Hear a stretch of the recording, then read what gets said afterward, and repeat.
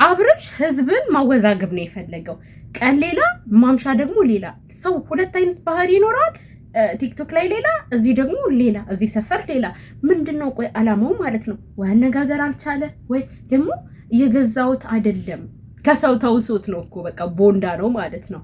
አጥር ላይ የህፃን ልጅ ልብስ ጣል ጣል ጣል አድርጎ ሩታን እንግዲህ እንደተለመደው ገትሮ እያስለፈለፈ ነው ማለት ነው። ግን እኔ ግራ ነው የገባኝ አብርሽ ሁኔታ፣ እውነት ለመናገር እያወዛገበኝ ነው። ሰው እንዴት የሚያደርገውን ነገር አያውቅም። ይኸው ለአብርሽ ሩታ ወደ አንተ እንድትመጣ ከፈለግ ማለት ነው አሮጌ ልብሶችን አጥር ላይ በመጣል የሆነ እሷን ሰርፕራይዝ በማድረግ ምናምን አይደለም። አንተ ከሄርሜላ ጋር ያለህን የማይገባ ግንኙነት ማቋረጥ ብቻና ብቻ ነው። ሩታ እኮ ከአንተ ምንም አግኝታ አይደለም አንተን ብላ የምትከታተለው ያ የድሮ ንጹህ ፍቅራችሁን ፈልጋ እንጂ። እዚች ጋ አሁን አንተ በብኩር ልጅ ተባርከሃል። ለምንድን ነው ለልጅ የሆነ መጥፎ ነገር እያስቀመጥክለት ያለኸው እንዴ? ቲክቶክ ላይ የሚለቀቅብህ ሌላ፣ እዚህ ደግሞ አንተ መተህ የምታደርገው ሌላ። ደግሞ ገዝቼው አይደለም ተውሶት ነው። በቃ አምጥቶ አጥር ላይ ጣል አደረገ። በቃ ሩታን ለማስደመም ሩታን በዚህ አንጀቷን ካልበላዋት የምትመለስ ልጅ አይደለችም። የሩታን አንጀት ለመብላት የሩታን ልብ ለመመለስ ማለት ነው ምንድነው ማድረግ ያለብን? ከማይገቡ ሰዎች ጋር ከአንተ ህይወት የሚያበላሹ ሰዎች ጋር ያለህን ግንኙነት ማቆም። ገባህ? እውነት ላይፍ ከፈለክ ማለት ነው። ሲቀጥል ደግሞ ከቤተሰቧ ደውሎ ደብሯታል ዛሬ አዝናናት ብሎ ከተባልክ አጥር ላይ አይደለም ወስደ ገትረ 30 ደቂቃ 40 ደቂቃ የምታስተፈልፋት።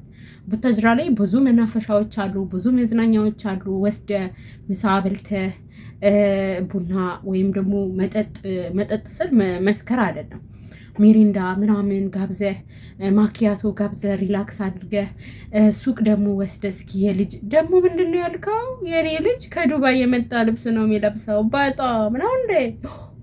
ኧረ በእናትህ ዝም በል። እዚህ ኢትዮጵያ ውስጥ በጣም እኔ የልጅ እናት ነኝ። በጣም የሚገራርም ልብስ ነው ያለው እውነት ለመናገር ጀምር የሀገር አይደል እንደ ነጋዴዎች ከዱባይ ወስደው የሚሸጡት። አካበድከው በጣም። እና ታዲያ ለምን ዱባይ ሆስፒታል ይዛችኋት አትመጡ? ሩታን ማለት ነው።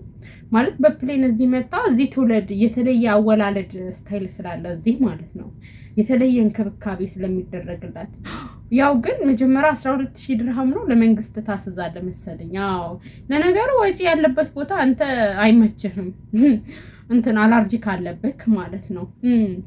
እና ቤተሰብ እኔ ዛሬ እየሳኩም ነበር፣ የአብርሽን ሁኔታ አይቼ እየተናደድኩም ነበር። ወይ በቃ በስነ ስርዓት የሚፈልገውን ነገር አይናገር፣ ንግግሩ ሁሉ ውሃ።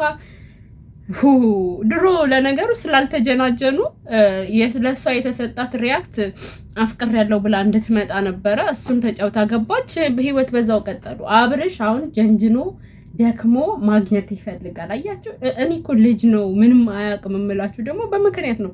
ዳይፐር እንዳይወጣ እንትን የሚለውን ፓካውት ነው የሚባለው በኢትዮጵያ ብቻ እሱን ማለት ነው። ሽንት እንትኑን ከፍቶ እንዲሸናን የተደረገው ምናምን አላለም አይደል? ለልጅ እናቶች ለእኛ ጠይቀን ይሄ የተሰራው ዳይፐሩን እንዲይዝ ነው።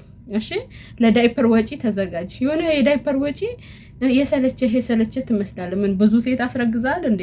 አንዷ ደግሞ ካላስረገዝከኝ እያለች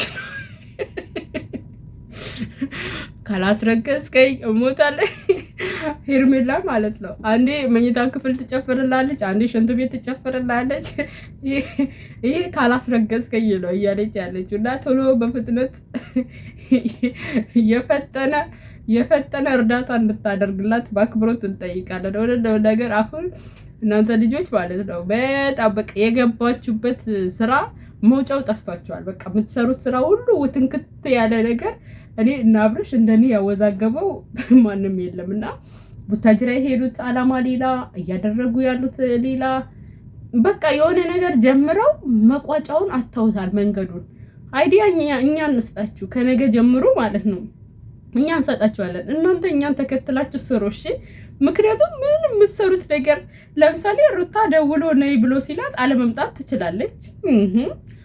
ሲቀጥል አብርሽ እሷን ሰርፕራይዝ ማድረግ ከፈለገ አጥር ላይ ቦንዳ ልብስ በመስቀል አይደለም ዲኮር አድርጎ ለየት ያለ ነገር አድርጎ ሰርፕራይዝ ማድረግ ይችላል። ጉዳዩ እንዲጓተትና በደንብ ገቢ እንዲያገኙ ስለፈለጉ አራዘሙት፣ ቻሉት። እኔ በዚህ መሀል ግን የመዳም ቅመሞች እንዴት አንጀቴ እንደምትበሉኝ እሱንም እሷንም ደግፋችሁ የምታወሩ ሰዎች ማለት ነው። ደህና ናቸው አይደል? እኛ እኮ ያው እናረፋለን፣ ግን ያው ምን እናድርግ አያስችለንም። በሰሩት ዙሪያ እንሰራለን። እንግዲህ ዝም ማለት አንችልማ። ምን እናድርግ? ተፈጥሯችን ነው። የቤቢም ደግሞ ከሆድ አልወጣም ብሏል። ምንም ማድረጋችን አረ ወይኔ ጉዴ! ቤቢ ከሆዷ አልወጣም ብሏል። ተስማምቷታል ማለት ነው። እንዳለችው ተነጋግረው የአባታቸውን እንትን ፍላጎት እየፈተኑ ነው። የአባታቸውን ትዕግስት እየተፈታተኑ ነው ቤቢና ሩታ ማለት ነው። እና ብቻ ደስ ትላላችሁ። እኛ ተጀናጀኑብንም አጀናጅንም ተጀናጀኑም ብቻ አንድ ላይ ሆናችሁ እንድትመጡልን ነው የምንፈልገው። ባይሆን ግን አጥራጥር ስር የምታዞራትን ትተህ ሀዲቃ ለሀዲቃ የምታዞራትን ትተህ ማለት ነው ሆቴል ላይ በቃ ምሳ ምናምን እየጋበዝካት ራት እየጋበዝካት ሆቴል ላይ ባረፍክበት ቦታ እስኪ ነይ አንዳንድ ነገር እናወራ፣ አሁን መሽቷል፣ የትም አትሄጂ፣ ነገ ጠዋት ትሄጃለሽ ምናምን ብዙ አይዲያዎች አሉ እኮ። ከዛ እንትን አድርገ ምናምን ምንድን ነው የተፈጠረው፣ በእንደዚህ ሆኜ እንዴት አድርጋለሁ ገለመን ሄዱ ብዙ ነገር አለ እኮ። በእናታችሁ በቃ እኔን እኮ ብትቀጥሩኝ ይሻል ነበር። እኔም ከአረብ ሀገር ይሻለኝ ነበር እናንተ። ኧረ ወይ